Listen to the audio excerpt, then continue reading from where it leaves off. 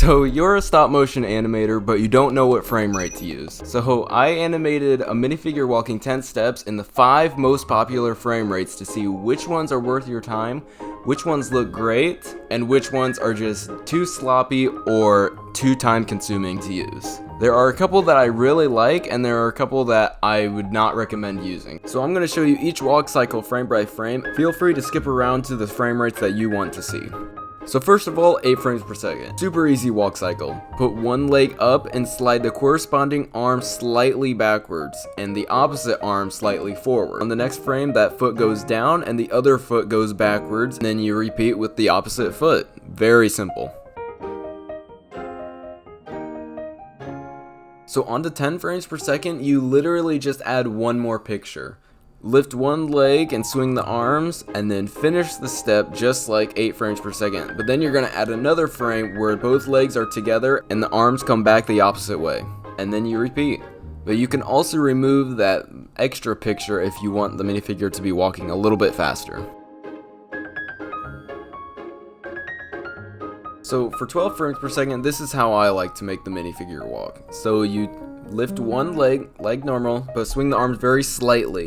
Then you're going to have a picture where the minifigure is in between 2 studs before he comes down and finishes the step. The minifigure's arms will be swinging the widest on that picture before they start coming the opposite direction on the next frame.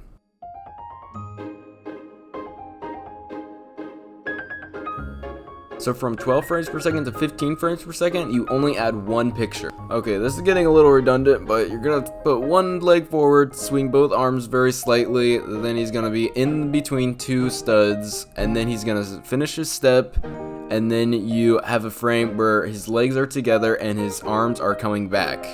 And that's basically the only difference. And at 24 frames per second, you only add one picture again. If you'd like a slower walk, you can add a few more, but this is how I do it. You're gonna start just like the other frame rates with one leg forward and then going in between 2 studs, but you're going to have this for 2 frames. And then he's going to finish his step like normal, bring both arms back to his side, and add the frame with both legs on the ground. And then repeat.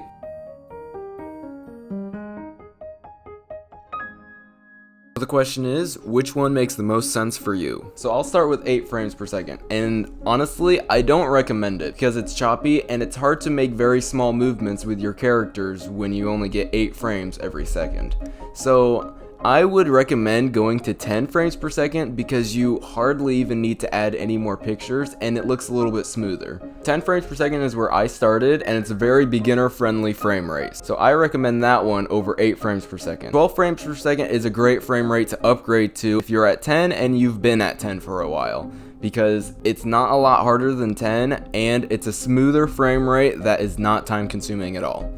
When you get to 15 frames per second, that's when it takes a little more time, but you get a lot smoother than all of the other frame rates. It's a great option for if you've been animating for a while. It's a high enough frame rate that you can make very small, fine movements with your characters. It is a little more time consuming, but once you get the hang of it and you've been animating at 15 frames per second for a while, you can animate fairly quickly with it. So once you get above 15 frames per second, like 20, 24, or 30 frames per second,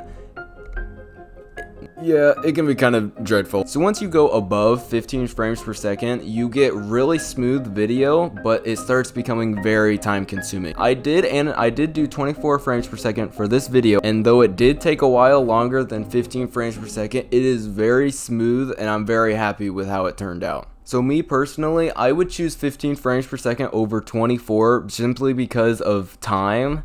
It's less time consuming to do 15 frames per second, even though 24 looks a lot better.